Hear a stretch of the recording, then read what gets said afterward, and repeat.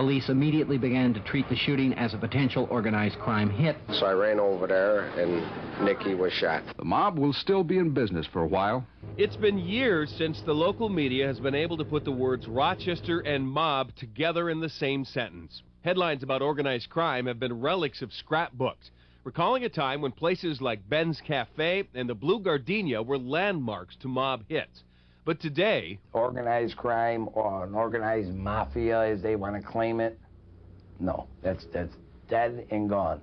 Anthony Gingello's uncle, Salvatore Sammy G. Gingello, was one of the most colorful crime figures in Rochester's history.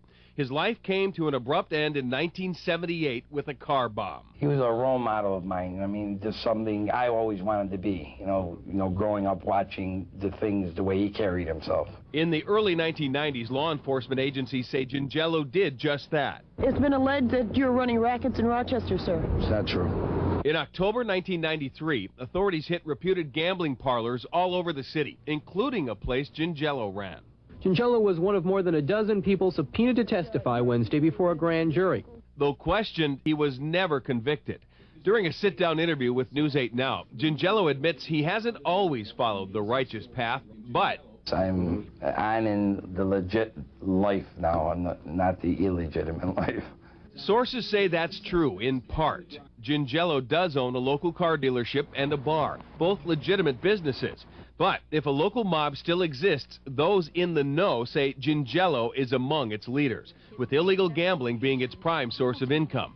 It's a charge Gingello flatly denies. The law enforcement think I am, but personally, they got the wrong information. All the mob was in the 70s. Recently, one of those figures from the 70s resurfaced. Tom Marotta was a mob capo and ally to Sam Gingello. He went to prison in 1984 along with the rest of what was known as the A-Team.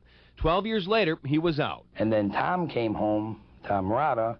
He, took the place of my uncle all over again because I knew Tom as a little boy. The man's the most stand-up man in the world. District Attorney Howard Rellin, who has a track record prosecuting mob figures from the 1980s, says Marotta tried unsuccessfully to revive the glory days.